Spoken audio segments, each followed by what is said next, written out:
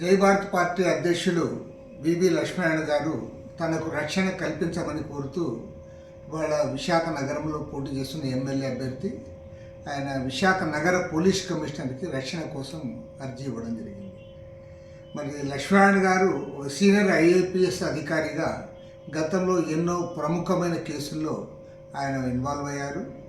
మరి గాలి జనార్దన్ రెడ్డిని అరెస్ట్ చేయడంలోనూ సిబిఐ కేసులు బనాయించడంలో కూడా ఉండి సిబిఐ జాయింట్ డైరెక్టర్గా పనిచేశాడు.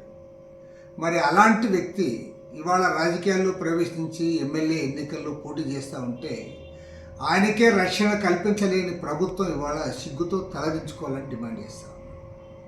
పైగా గాలి జనార్దన్ రెడ్డి వేల కోట్ల రూపాయల మైనింగ్ మాఫియా, ప్రపంచ ప్రఖ్యాతిగాంచిన మైనింగ్ మాఫియా.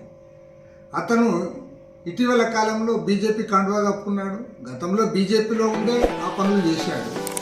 మళ్ళీ పార్టీని దూరం అయ్యాడు.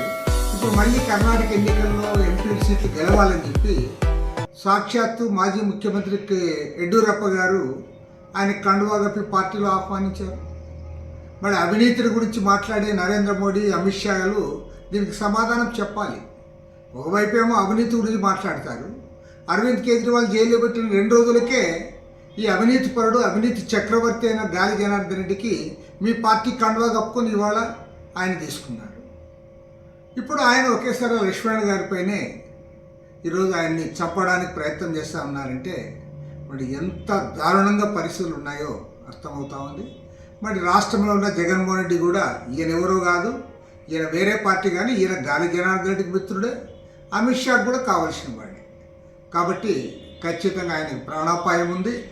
లక్ష్మీనారాయణ గారికి పూర్తి స్థాయిలో సెక్యూరిటీ కల్పించాలని చెప్పి సిపిఐ తరఫున డిమాండ్ చేస్తాము.